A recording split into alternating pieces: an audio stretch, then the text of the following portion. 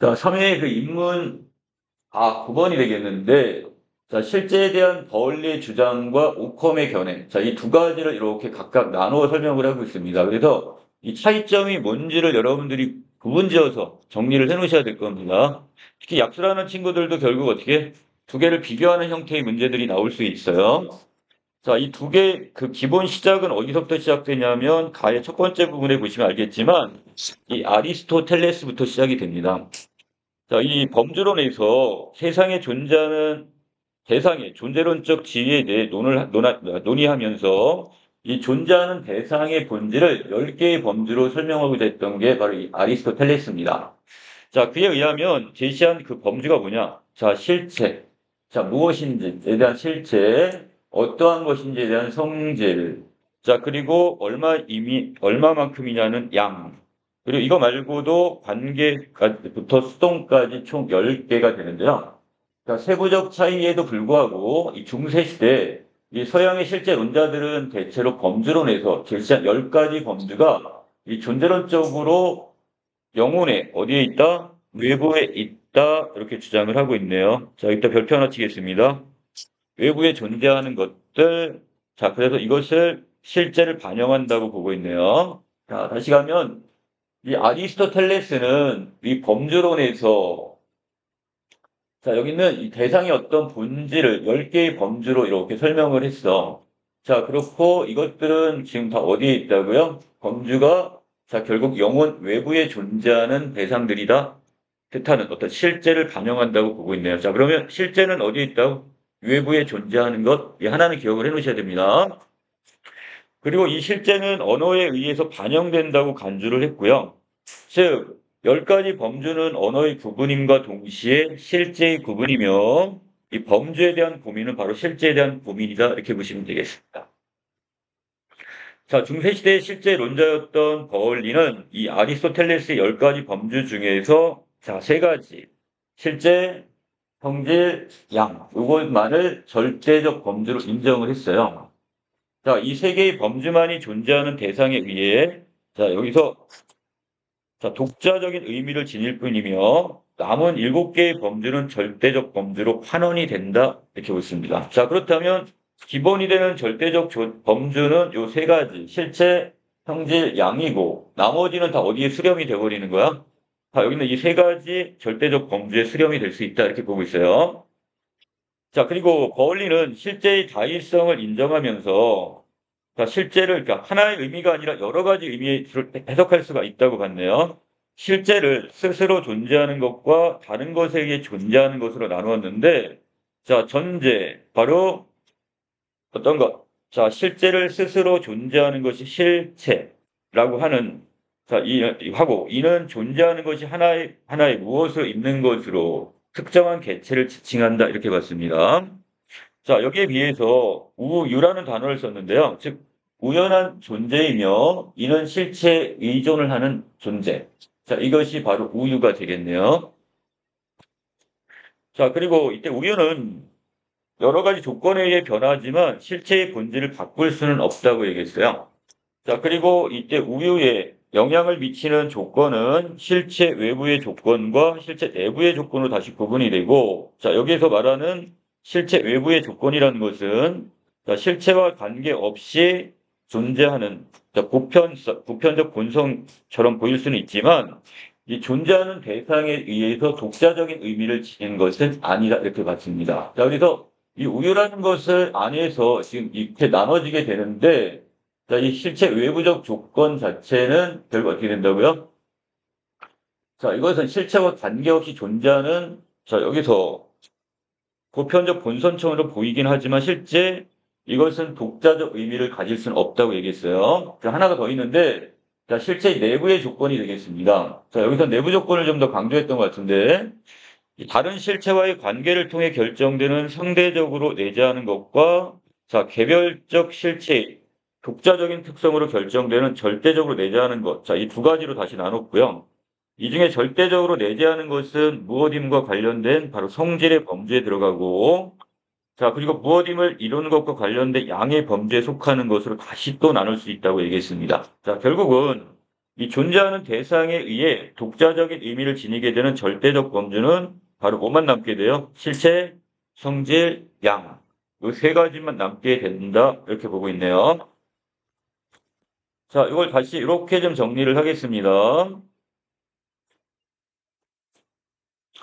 자, 이 실체와 우유 두 가지로 지금 나눠놨어요. 자, 여기에서 중심이 되어야 되는 것은 바로 이 실체.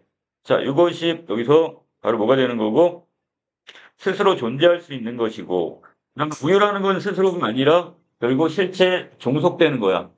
자, 그리고 일대 우유는 자, 외부적 조건과 내부적 조건 이 두 가지로 나눠지게 되는데, 자, 이 중에서 내부적 조건은 다시 절대적 내재와 상대적 내재로 구분이 되고요. 이때 이 절대적 내재의 경우는 다시 어떻게? 자, 성질 그리고 양 이렇게 나눠지는 거니까, 자, 결국 여기에서 버울리는 그 아리스토텔레스가 이야기했던 바로 세 가지 범주. 자, 실체 그리고 여기에서 우유에 해당이 되는 것 중에서 절대적 내재에 해당되는 성질과 양까지 이 세 가지 범주 이거를 지금 여기서 크게 중요시 본 거죠. 바로 이게 절대적 범주에 해당이 되는 겁니다. 자, 그리고 거울리에 따르면 성질과 양의 결합으로 형성된 실제는 자, 우유에 의한 순수한 여기서 집합체로 자, 이는 아직 단일성을 지닌 개별적 실체로 볼 수는 없다고 그랬어요. 자, 어디 있었어요? 자, 실체는 이건 우유에 해당이 되는 거야. 성질과 양이 합쳐져 봤자 이게 절대적 내재가 되는 건 맞지만 이 두 개가 결합을 해서 이것이 결국은 뭐를 이뤄요? 이것이 절대적 내재를 이루긴 하지만 그리고 이것이 우유가 되긴 할 수 있지만 그렇다고 얘가 실체가 될 수는 없다고 얘기했습니다. 자, 그리고 밑에 이 버울리는 개별적 실체를 지탱하는 이 영혼 외부의 보편적인 바로 공통 본성의 존재가 이 단일성을 형성하고 유지해 준다고 보았네요. 자, 여기에서 다시 보시면 자, 영혼 외부라고 했습니다. 다시 강조하는 부분. 자, 버울리도 결국은 외부, 영혼의 외부의 보편성인 바로 뭐가 있다? 공통의 본성이 있다고 보고 있네요. 자, 그래서 여기서 이순신이라는 실제는 개별적 성질과 개별적 양의 합성이 되는 것이고요. 하지만 실체적 공통의 본성인 바로 인간성에 의해서 이순신은 인간으로서의 정체성과 개별적인 실체로서의 존재를 지탱하게 됩니다. 즉, 어떠한 우유적 집합체를 하나의 고유한 본질을 가진 개별적 실체로 지탱하게 하는 것은 바로 이 보편적 실체 또 혹은 실체적 공통 본성이다 이렇게 보시면 되겠네요. 자, 바로 어떤 부분? 자, 이 표 중에서 바로 여기 있는 자, 여기서 공통의 본성 있죠? 이것이 결국 실체 외부에서 이렇게 영향을 주는 바로 이 공통의 본성이 된 게 그래서 실체가 이렇게 되는 거죠. 자, 그리고 이때 실체와 우유 이것이 결합이 된 게 바로 실제라고 얘기를 했습니다. 요거 잘 기억을 해 놓으셔야 될 겁니다. 절제적인 어떤 내용을 지금 요약을 해 놓은 건데, 자, 이게 여기서 이제 지금 이 버울리가 지금 주장하는 내용, 그러니까 우리 아리스토텔레스도 마찬가지가 되겠지만, 결국은 이 공통의 본성은 어디에서 내부의 것이 아니라 외부에서 오는 것이다. 여기에 대한 주장입니다, 지금. 자, 여기에 대해서 오컴은요, 버울리와 달리 특정한 범주로 제한될 수 없는 초월적 범주인 실제는 이 다이어가 아니라 일의어로 서술된다고 보았어요. 그러니까 여러 가지 의미로 해석되는 것이 아니라 자, 일의어. 하나의 의미로 해석된다고 했어요. 자, 아까 위에서 이 버울리에서의 실제는 어느 부분이었죠? 자, 실체와 우유. 이것을 다 합쳐서 우리가 실제라고 얘기했었잖아. 그런데 이것이 지금 어디게 여러 가지 의미를 갖는 게 아니라 하나의 의미로 해석이 될 수 있다고 보는데, 물론 이것이 서로 다른 범주가 동일한 특성을 가지며 존재한다고 말하는 것은 아니고요. 자, 단지 언어적으로는 하나의 의미만을 소유한다는 것. 자, 언어적으로 지금 하나의 의미를 갖는다고 봅니다. 자, 오컴에 있어서 자, 여기서 영혼 외부의 범주는 개별적 실체와 그 다음에 개별적 성질뿐이라고 지금 보고 있습니다. 자, 그러면 여태까지 버울리는 이 공통의 어떤 우리가 지금 봤던 여기서 공통의 본성이나 이런 것이 외부에서 온 거라고 얘기했었잖아. 자, 그런데 여기서 오컴은 그것이 여기는 지금 영혼 외부에서 올 수 있는 것은 뭐밖에 없다? 개별적 실체와 그 다음에 개별적 성질 이것만 있는 것이고요. 이 버울리와 같이 하나의 존재로 단일성을 유지해 해주는 실제적 공통 본성은 오컴에게는 없습니다. 자, 이게 좀 차이점이 되겠죠? 아까 공통의 본성은 버울리는 있다. 그건 외부의 것이다. 하지만 지금 오컴의 경우는 아예 실체적 공통 본성이라는 것은 없다. 이렇게 이야기 바꿔버렸네요. 자, 오컴에게 피조물은 철저하게 개체적 실체가 되는 거고요. 10가지 범주, 아까 아리스토텔레스가 말했던 10가지 범주가 이 존재론적으로 영혼 외부에 독립해 존재한다는 이 실제론자들, 바로 아리스토텔레스를 그 다음에 그걸 추종하는 사람들 이런 견해를 그는 결코 수긍할 수 없다고 보았네요. 자, 오컴은 실제론자들이 긍정한 이 실체적 공통 본성 자체를 부정을 합니다. 그리고 이러한 보편이 영혼 외부에 존재한다면 동시에 여러 곳에 존재하는 보편적 실체가 있어야 되는데, 자, 또한 뭐가 됐어요? 동시에 여러 곳에 있는 개별적 실체 가운데서 서로 다른 여러 개의 개별적 실체들과 함께 하나의 모습으로 존재를 해야 될 겁니다. 자, 이 두 가지 근거를 들어서 실체적 본성이라는 것은 외부에 있는 것, 외부에 어떤 실체적 본성이 있다고 말하지만 그것은 없다. 이렇게 이야기해버리네요.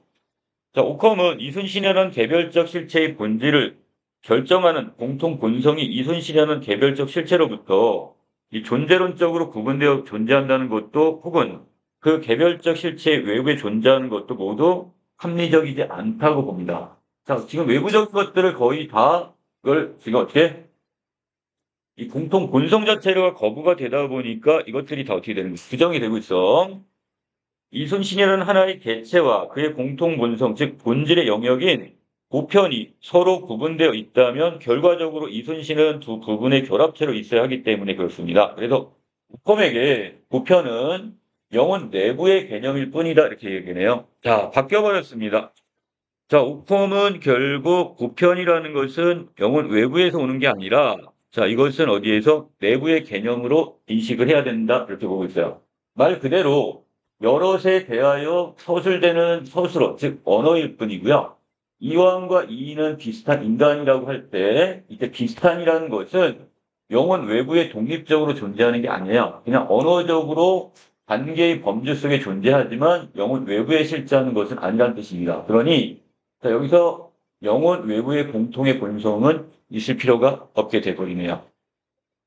자, 오컴은 하나의 의미만을 지닌 이르여를 기본적으로 파생어를 파악하며 명제를 이해하고자 했고요. 자, 그러니까 이르여 하나의 어떤 의미로 해석되는 것을 자, 이것을 파생어를 파악하면서 명제를 이해하자고 했고, 이제 소크라테스는 철학자이다와 플라톤은 철학자이다 해서 철학자는 자, 이리적 서술어입니다. 이 철학자라는 개념은 자, 이 영혼의 외부에 존재하는 보편성을 반영하는 것이 아니라고 얘기했어요. 자, 여럿을 두고 자, 영혼 내부에 생긴 유사한 경험에 근거한 자, 바로 여기 있는 지향 혹은 개념 이렇게 좀 봤습니다. 자, 여기서 지향이라는 것은 일의어로 하나의 의미로 해석되는 여럿에 대한 서술이 가능하고요. 즉 명제 가운데 동일한 대상을 지칭할 수가 있게 되는 겁니다. 자, 그래서 여기는 누구도 자, 소크라테스도 플라톤도 철학자다 이렇게 해서 지칭할 수 있다고 보는 거고요. 자, 오컴에 따르면 이 소크라테스와 플라톤이라는 개별적 실체 가운데 이 철학자라는 보편이 있는 것이 아니라 자, 여기서 앞에 제시된 명제에서 주어에 해당하는 명사인 이 소크라테스와 플라톤이 영혼 내부에 주어진 개념이면서 일의어적인 서술어인 철학자를 지칭하고 있기 때문에 앞서 말한 명제는 참된 명제가 될 수 있다고 보네요. 자, 이 철학자라는 독립적인 실체가 자, 영혼 외부에 있지 않아도 이 명제가 참임이 설명이 될 수가 있게 되는 겁니다. 자, 여기까지 내용 정리할게요.